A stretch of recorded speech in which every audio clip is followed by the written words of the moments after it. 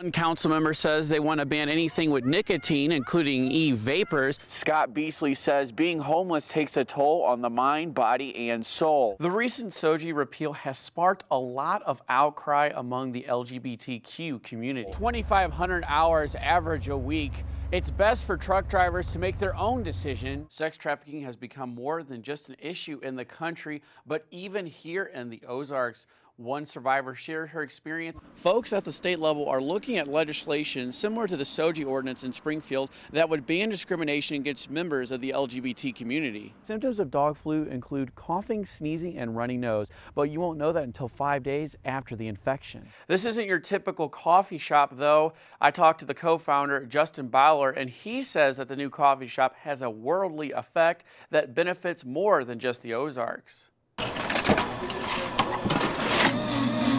One of the best macchiatos I've had in a long time. I think their coffee's top-notch. Butch Fry says that coffee is not the only thing that Eurasia Coffee and Tea takes pride in. They have some good fair trade practices. They buy their coffee and tea from all around the world. Our main coffees are from Sumatra in Indonesia and then also South America.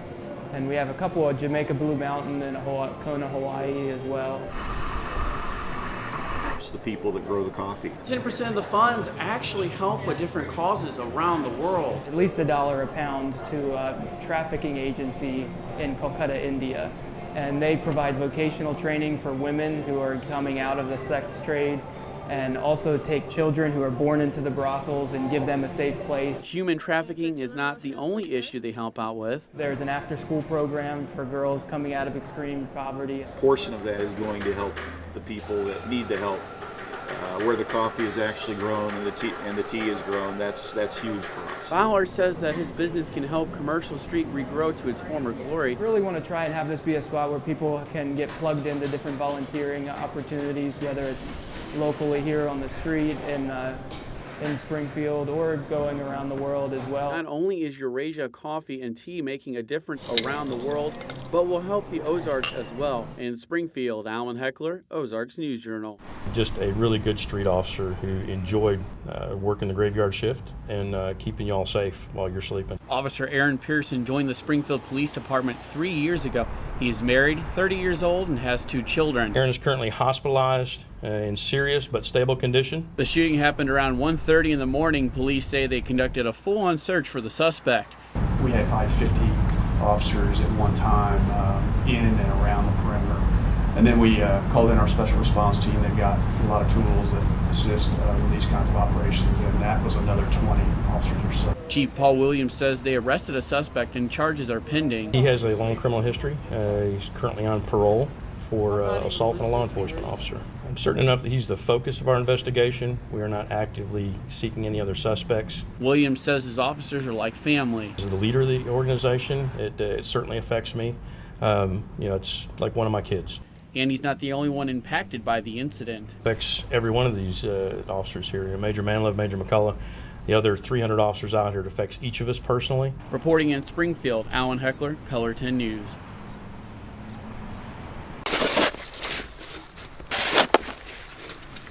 Mel Larson doesn't really see too many plow trucks on his road. Not really. They take care of the main streets mainly. Larson likes to plow snow.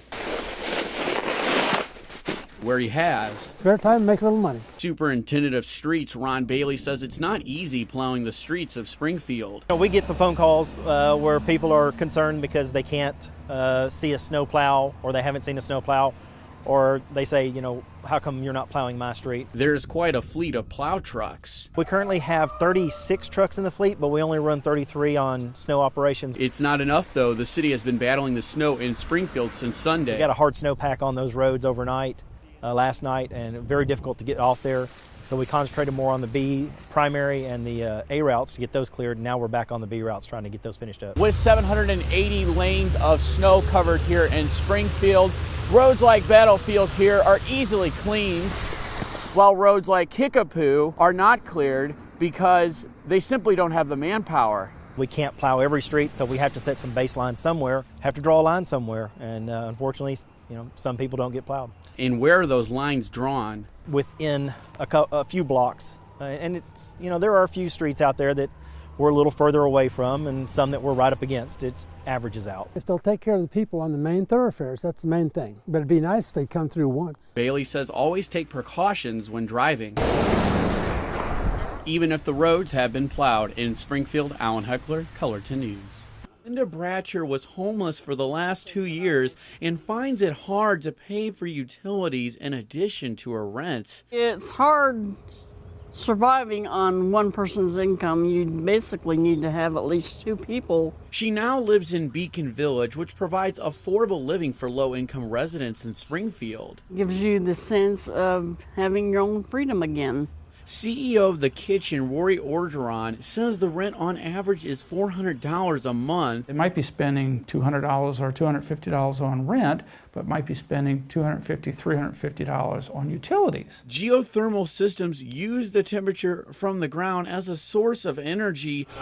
Orgeron says traditional HVAC systems can be expensive on utility costs. Beacon Village 2 should be built in nearly a year, which should save residents 30 to 70% on energy costs compared to Beacon Village 1. Phase 2 of Beacon Village will have 32 units. Brendan Greasymore came up with the bill and says that it will help out Springfield residents with lower incomes for years to come. It does affect them to a greater degree, and so this project actually helps negate that in the fact that their energy bills would be lower. There's a chance I can actually save a little bit of money, put that away in the bank and use it for other things. More money in the bank can mean a brighter future. And in Springfield, Alan Heckler, Color 10 News.